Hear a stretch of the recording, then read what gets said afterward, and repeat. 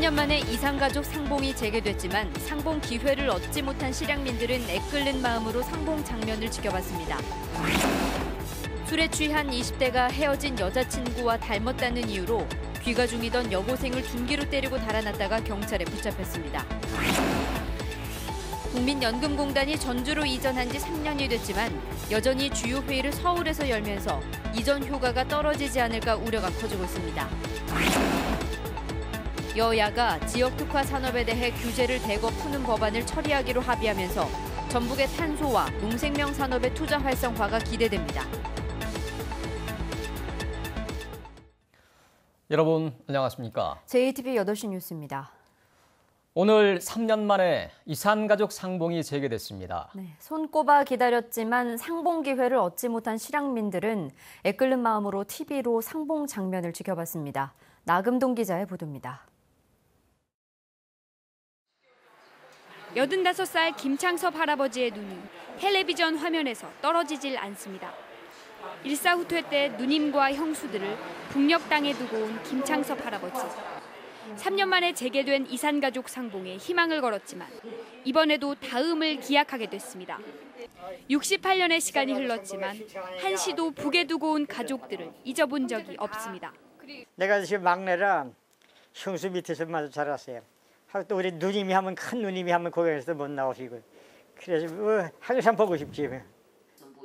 언니 4명과 헤어져 전쟁통에 혈혈단신, 남쪽으로 가는 기차에 올랐던 주순옥 씨. 당시 17살 소녀의 얼굴엔 무심한 세월의 흔적이 고스란히 담겨 있습니다. 내 식구 친척 없은 게 나 애토린 게 부럽지 뭐 안 부럽다고는 못하지 뭐. 전북에서는 986명의 이산가족이 상봉을 신청했지만 한 명도 상봉 대상자에 포함되지 못했습니다. 실향민들의 꿈은 단 하나, 살아생전 고향 땅을 밟아보는 것뿐입니다. 빨리 통일되는 게 제일 중요해요. 우리 아버지 어머니도 빨리 통일돼서 고향 가면 하다 못 가고 돌아가시고 말았어요. 혈육을 다시 만나겠다는 마음으로 68년을 기다려온 실향민들은 고향 땅을 자유롭게 오갈 수 있는 그날을 간절히 기다리고 있습니다. JTBC 뉴스 나금동입니다. 술에 취한 20대가 귀가 중이던 여고생을 둔기로 때리고 달아났다가 경찰에 붙잡혔습니다. 늦은 밤에 1.5km나 뒤쫓아가 저지른 범행입니다. 최근 헤어진 여자친구와 닮았다는 게 이유였습니다. 정원희 기자가 보도합니다.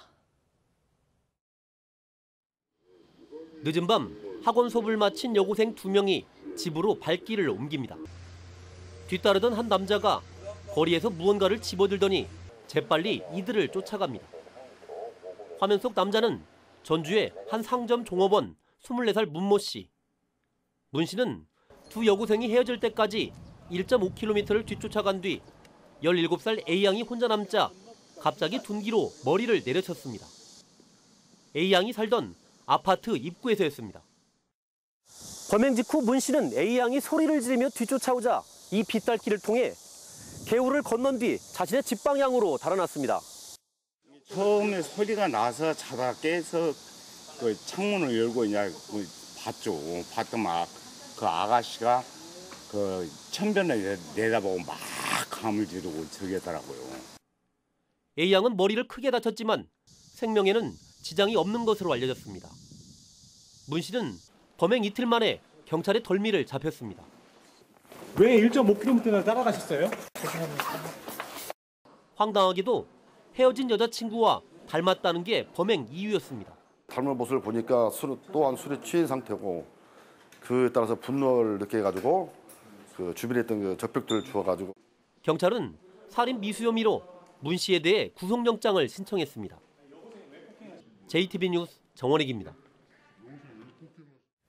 국민연금공단이 전주로 이전한 지 3년이 지났습니다. 그러나 국민연금공단은 아직도 주요 회의를 서울에서 열고 있습니다.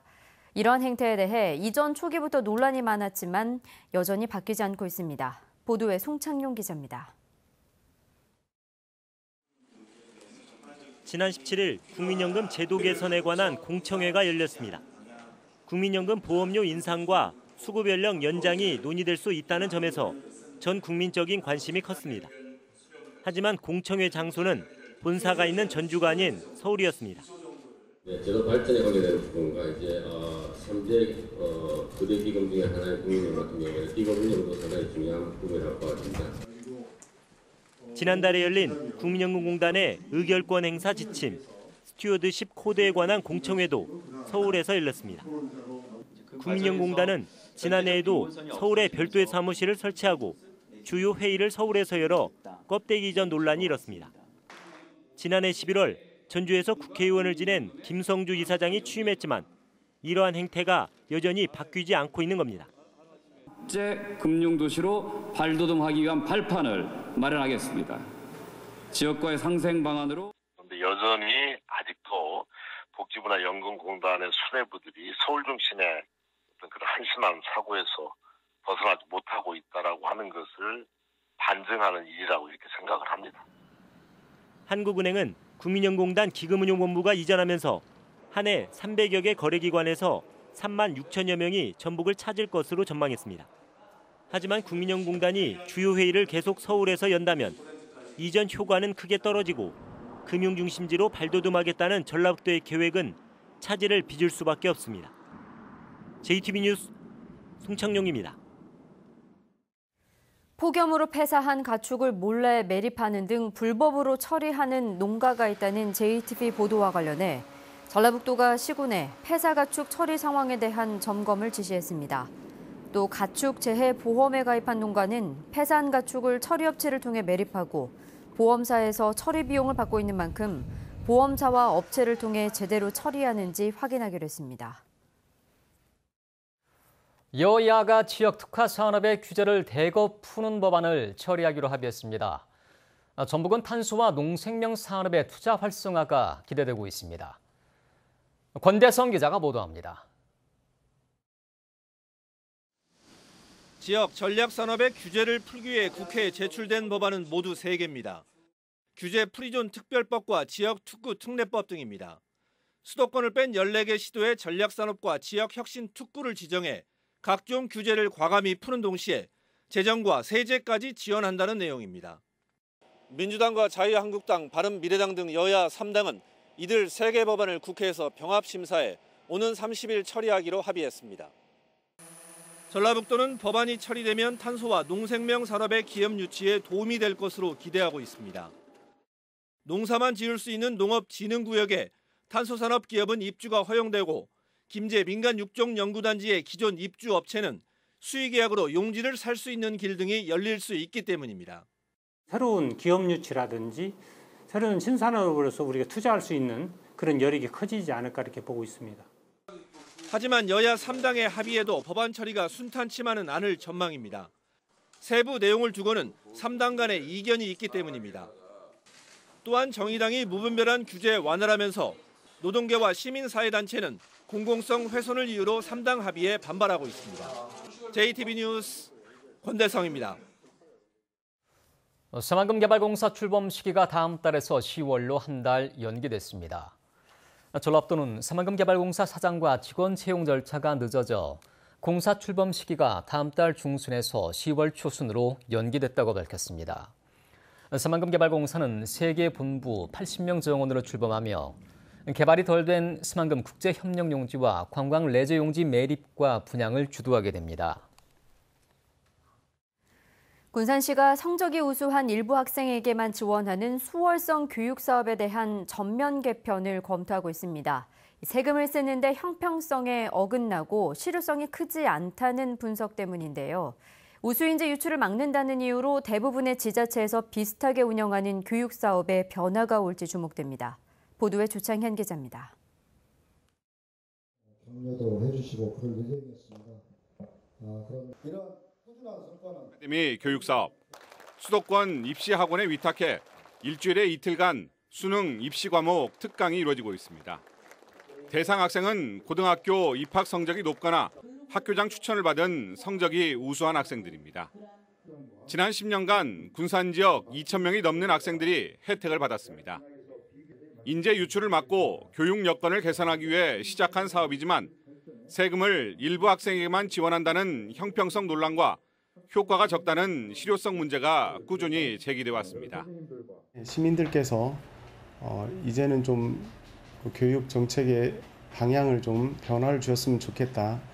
보편적 교육도 실시했으면 좋겠다라는 그런 의견들이 있어서 시민 공청회를 통해서 앞으로 우리 군산시가 해야 될 교육 정책을 결정하고자 합니다. 지역 내 성적 우수 학생에 대한 사실상 사교육 사업은 도내 대부분의 지자체가 시행하고 있습니다. 임실과 장수, 순창 등은 지자체가 교육 법인을 설립해 집합 특별 수업을 실시하고 있습니다.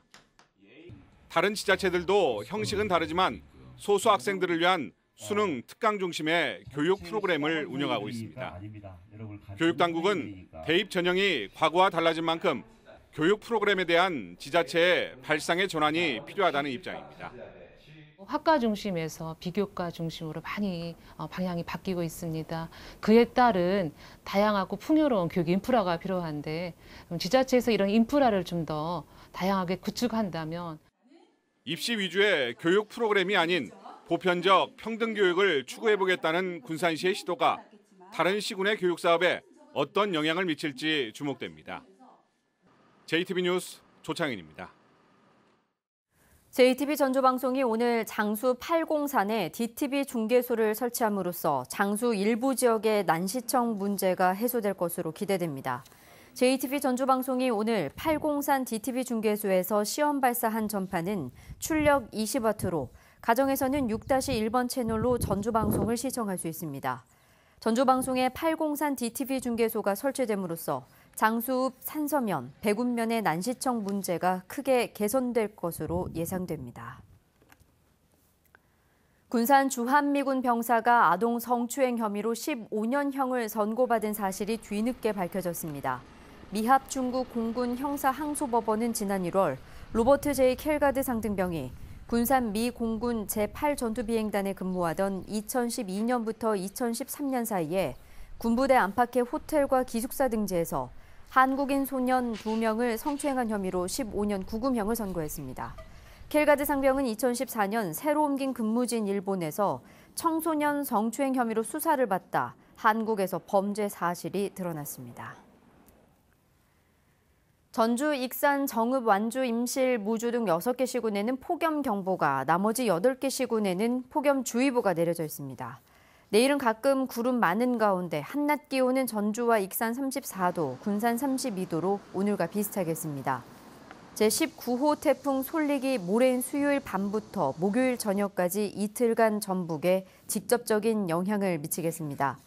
바람이 매우 강하겠고 많은 비가 내릴 것으로 보여 각별한 주의가 필요합니다. 전주기상지청은 태풍이 지나간 뒤 주말부터는 기온이 다시 33도 안팎으로 오를 것으로 내다봤습니다.